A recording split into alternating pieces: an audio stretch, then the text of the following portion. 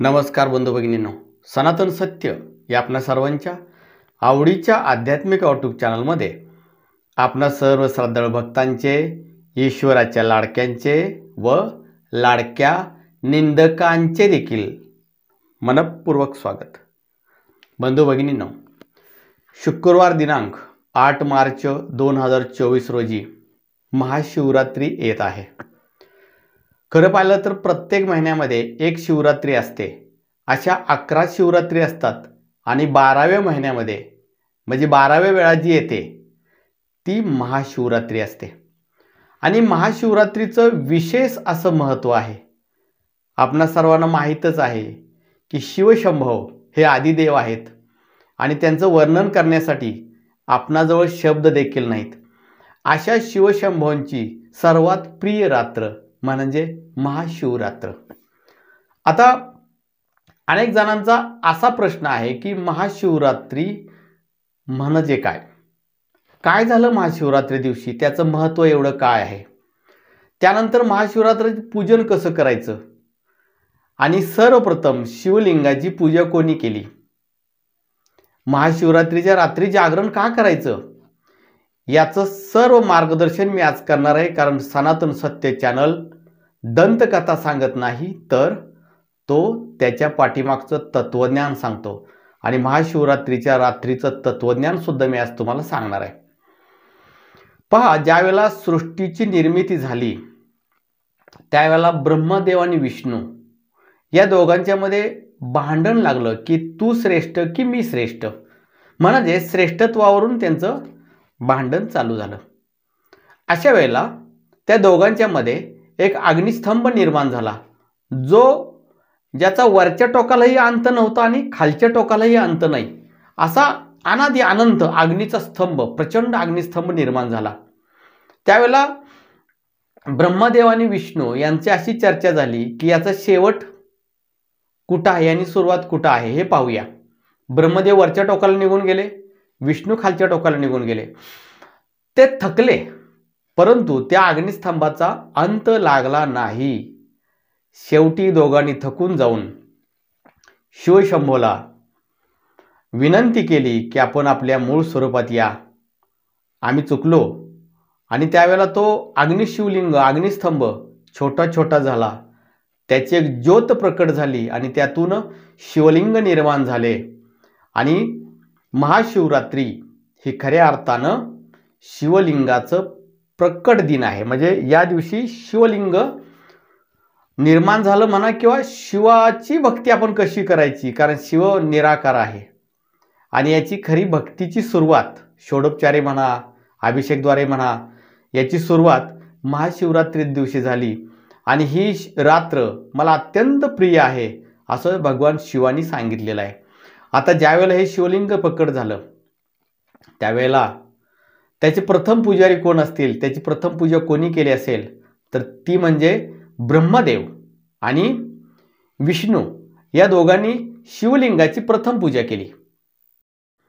आणि त्यावेळेपासूनच भगवान शिवशंभोच्या पूजेला सुरुवात झाली। आता अनेक जणांचं असं म्हणणं आहे, म्हणजे या महाशिवरात्रीच्या देखील तर अनेक दंतकथा आहेत। कोणी शिकारीची कथा सांगताय, तर कोणी म्हणतंय की ज्यावेळेला समुद्र मंथन झालं आणि त्यातून जे विष निघालं ते ज्या दिवशी शिवशंकरांनी पेलं तो महाशिवरात्रीचा दिवस आहे। तर कोणी म्हणतं शिवशक्तीच्या मिलनाचा म्हणजे दोघांच्या लग्नाचा, शिवपार्वतीच्या लग्नाचा दिवस हा आहे। परंतु हे जरी असलं तरी यातली सर्वात महत्त्वाची कथा आणि खरी कथा ती म्हणजे या दिवशी शिवलिंगाचं प्राकट्य झालेलं आहे। आता शिवलिंगाची पूजा कशी करायची, महाशिवरात्री दिवशी पूजा कशी करायची हे सांगायच्या अगोदर महाशिवरात्रीच्या रात्री जागरणाचे महत्त्व काय हे मी सांगतो। महाशिवरात्री दिवशी जागरण केलं जातं आणि शिवरात्री म्हणजे याचं महत्त्व त्यातून तुम्हाला कळतंच। आता या रात्रीला जागरण का करायचं? खरं पाहिलं तर या दिवशी जागरण करून अनेक लोक भजन कीर्तन प्रवचन करत असतात, प्रभू नावाचा जप करत असतात। हो, तुम्हाला मी तसंच करा म्हणून सांगेन, मी याचा विरोध नाही करत, परंतु जागरणाचा खरा अर्थ काय? अनेक लोक तरी या रात्री जागरण करायचंय म्हणजे फक्त जागरायचंय आणि झोप येते मग तंबाखू खातात, झोप येते मग सिगरेट ओढतात आणि ते झोपायचं नाही एवढाच त्यांचा अर्थ असतो. पण असं नाही. जागरणाचा खरा अर्थ तुमच्या चेतनेमध्ये तुम्हाला जागृत व्हायचं आहे. आतापर्यंतच्या इतक्या रात्री तुम्ही झोपून काढल्या, अज्ञानामध्ये काढल्या. आता सावध व्हा. मी कोण आहे, माझे स्वरूप काय आहे, मी जन्माला का आलोय, मला काय करायचं आहे. हळूहळू तर दिवस संपत चाललेत, मृत्यू जवळ येतोय. मला तर नक्की काय केलं पाहिजे. 184 जन्म घेऊन म्हणजे 84 लक्ष जन्म घेऊन हा मानव जन्म मिळाला. मग आताही तो वाया जातोय. पुन्हा प्राण्यांचे जन्म येतील. पुनरपि जननम पुनरपि मरणम पुनरपि जननी जठरे शयनम, हे पुन्हा चालू होणार. आणि म्हणून या रात्री आत यायचंय, आत्मपरीक्षण करायचंय. हे खरं जागरण आहे. आणि या दिवशी काही संकल्प करायचे आहेत की इथून पुढं मी आता अज्ञानात नाही राहणार, इथून पुढं मी चुकीच्या सवयी, चुकीच्या वाईट गोष्टी सोडून देईन, माणसासारखं वागेन, माणसाचं जीवनाचं कल्याण करेन. आणि शिवशंभोच्या पुढे ही शपथ घेण्याचा हा दिवस आहे. शिवलिंगाच्या पुढे शपथ घेण्याचा हा दिवस आहे. तुमच्या जर हिंमत असेल तर अशी शपथ घेऊन दाखवा. आता या रात्री नक्की काय केलं पाहिजे. पहिला विषय असा आहे की शिवाचा जो पंचाक्षरी मंत्र आहे, ओम नमः शिवाय, हा मंत्र भगवान शिवशंभोला अत्यंत प्रिय आहे, अत्यंत. त्यामुळं जास्तीत जास्त या रात्री शिवशंभोच्या या पंचाक्षरी मंत्राचा जप करा, ध्यान करा, मौन राहा. त्यानंतर महामृत्युंजय मंत्राचा पण तुम्ही जप करू शकता. त्याचबरोबर एक अत्यंत प्रभावी मंत्र आहे ज्याची ताकद तुम्ही माझ्या शिबिरामध्ये पाहिलेली आहे की तो जपताना काय काय होतं तुम्हाला. म्हणजे जे शिबिराला आलेले आहेत तिथं मी प्रत्येकाच्याकडून हा भगवान शिवाचा एक दुर्मिळ आणि गुप्त मंत्र आहे तो मी करून घेत असतो. जे शिबिराला आलेले आहेत त्यांनी जे शिबिरामध्ये मी साधना शिकवलेली आहे ती सुद्धा तुम्ही महाशिवरात्री दिवशी करू शकता. म्हणजे महाशिवरात्री रात्री काय करायचे, जास्तीत जास्त मंत्रजप आणि ध्यानधारणा याच्यावरती जास्त जोर द्या. आणि मी जे टेक्निक सांगितले शिबिरामध्ये की जपामध्ये लक्ष लागत नाही, मग ते कसं लावायचं असतं ते टेक्निकचा वापर करून तुम्ही हा जप करा. आणि ज्यांना जे शिबिराला आले नाहीत त्यांनी भगवान शिवाचा जप करत असताना त्याच्या गुणाचं वर्णन करा, त्याचं स्वरूप डोळ्यापुढे पाहण्याचा प्रयत्न करा आणि मग ओम नमः शिवाय ओम नमः शिवाय जप करा. आता या दिवशी शिवलिंगाची पूजा कशी करायची, या एक लक्षात घ्या. शिवशंभोला सर्वात जर जास्त काही प्रिय असेल तर जल अभिषेक, जल अभिषेक. म्हणून आपण शिवलिंगावरती जल अभिषेक करतो. किंवा ते पाहिलं असेल तुम्ही, एक तांब्या बांधलेला असतो त्यातून एक थेंब थेंब थेंब पाणी खाली गळत असतं. कारण हे जल शिवाला खूप खूप प्रिय आहे. त्यामुळे शिवलिंगावरती जलाभिषेक करा. जलाभिषेक करताना पंचामृत, ज्यामध्ये दूध, दही, मध, साखर हे जे घालून आपण पंचामृत करतो ना, या पंचामृतानं शिवलिंगाला अभिषेक घाला. त्यानंतर पुन्हा जलानं अभिषेक घाला, धूप दीप दाखवा. अशा वेळेला देशी गाईचा तुपाचा दिवा शिवलिंगापाशी लावा. 5 दिवे 21 दिवे सुद्धा शिवाला अर्पण करू शकता. 3 दिवे सुद्धा शिवाच्या पुढे लावू शकता. त्यानंतर शिवलिंगावरती शिवाला अजून एक प्रिय काय आहे तर ते म्हणजे बेलपत्र. 3, 7, 21 अशा विषम प्रमाणात तुम्ही शिवाला बेलाची पानं अर्पण करा. त्यानंतर काळे तीळ, तांदूळ आणि त्याचबरोबर धोत्रा एक वनस्पती आहे, काटेरी वनस्पती, त्याला फळ येतं, ते धोत्र्याचं फूल, सफेद रंगाची फुलं शिवलिंगाला अर्पण करा. या दिवशी दानाचं सुद्धा महत्त्व आहे. गोरगरिबांना दान करा. जर शक्य नाही झालं तर 5-10 रुपये तरी एखाद्या अभावग्रस्त व्यक्तीला किंवा गरजवंत व्यक्तीला तुम्ही दान करा. या दिवशी जास्तीत जास्त मौन राहण्याचा प्रयत्न करा. कमी बोला, जास्त बोलू नका, शिवाय शाप देऊ नका, अपशब्द वापरू नका, अभक्ष्य खाऊ नका, उपवासी राहावा, फराळ करा किंवा एकदम लंघन करा, काहीच न खाता उपवास करा. कपडे जास्तीत जास्त शुभ्र रंगाची जर घालता आली तर उपलब्ध असेल तर घाला, शुभ्र रंगाची धुतलेली व्यवस्थित. भस्म लावा, शिवलिंगाला सुद्धा भस्म लावा. आणि या दिवशी एकंदरच हा दिवस पूर्ण दिवस आणि रात्र आनंदात घालवा.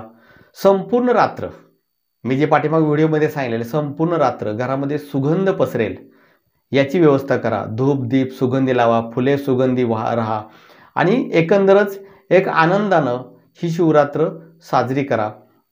आणि जास्तीत जास्त ओम नमः शिवाय या मंत्राचा जप करण्यामध्ये लक्ष लावा. आणि जप झाल्यानंतर ध्यान सुद्धा करू शकता ओम नमः शिवाय मंत्राचं. आणि हा जप करत असताना किंवा ध्यान करत असताना खाली बसायला आसन घ्या. अजून एक महत्त्वाची गोष्ट की घरामध्ये शिवलिंग मोठ्या स्वरूपात कोणाच्या नसतं. आता ते का नसतं किंवा असावं की नसावं हे मी नंतर सांगेन, परंतु नसतं. त्यामुळं शिवलिंगाला अभिषेक जर करायचा असेल तर तुम्ही शिवाच्या देवळात आजूबाजूला असणारे देवळ असेल शिवलिंगाचं मोठं मंदिर तिथं जाऊनच त्याला अभिषेक करा. ध्यानधारणा वगैरे काय करायचं असेल तर ते तुम्ही घराच्या देवाऱ्यामध्ये करू शकता, घरात करू शकता. जमलं तर बेलाच्या झाडाखाली बसून जर शिवाचा मंत्र म्हणला तर अत्यंत चांगला आहे. वटवृक्षाखाली बसून म्हणला तरी अत्यंत चांगला आहे. एवढंच काय ते नाही वटवृक्ष मिळाला तरी सुद्धा पिंपळाचा वृक्ष असो किंवा उंबराचे झाड असो तिथं बसून सुद्धा तुम्ही हा जप केला तर अत्यंत चांगला आहे. नदीकाठी पाण्याच्या ठिकाणी सुद्धा तुम्ही जप केला तरी देखील हे अत्यंत चांगलं आहे. परंतु अनेक लोकांना हे जमणं शक्य नाही.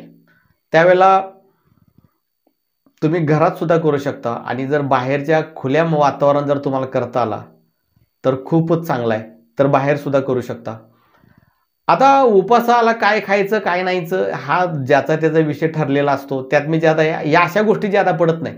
फळं वगैरे खाऊ शकता किंवा वरीचे तांदूळ आम्ही म्हणतो हे खाऊ शकता, दूध घेऊ शकता, बाकी जे फराळ आपण खातो ते खाऊ शकता. मात्र या दिवशी शरीर संबंध करणे, मांसाहार करणे, भांडण तंटा करणे, वाईट बोलणे अत्यंत वर्ज्य आहे. आणि हे अत्यंत धोकादायक. हे जर केलं तर याचं खूप मोठं पाप लागतं. त्याचबरोबर ज्यांच्याकडे रुद्राक्षाच्या माळा आहेत त्यांनी या दिवशी त्या परिधान करा. आणि हे परिधान करत असताना त्या माळेला सुद्धा अभिषेक करून मग ती घाला.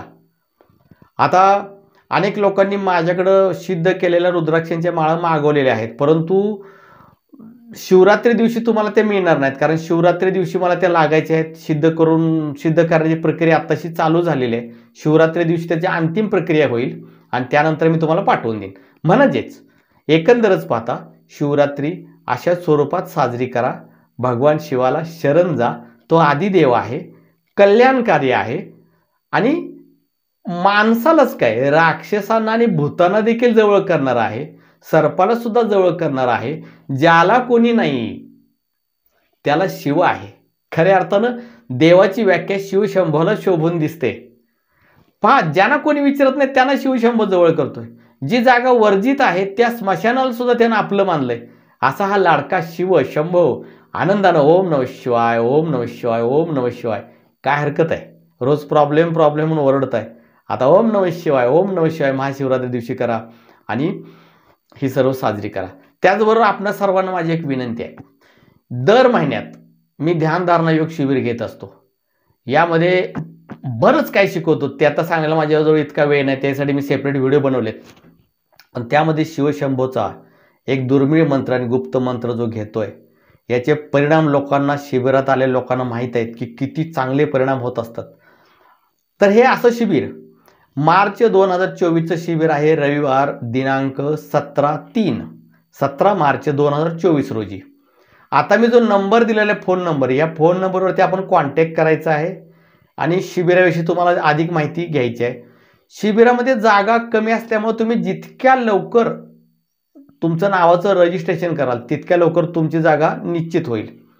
आपण माझ्या चॅनलमध्ये नवीन असाल तर माझ्या चॅनलला जरूर सबस्क्राईब करा. सबस्क्राईब करत असताना ऑल या शब्दाशी घंटीचे बटन अवश्य दाबा. जय आदिशक्ती.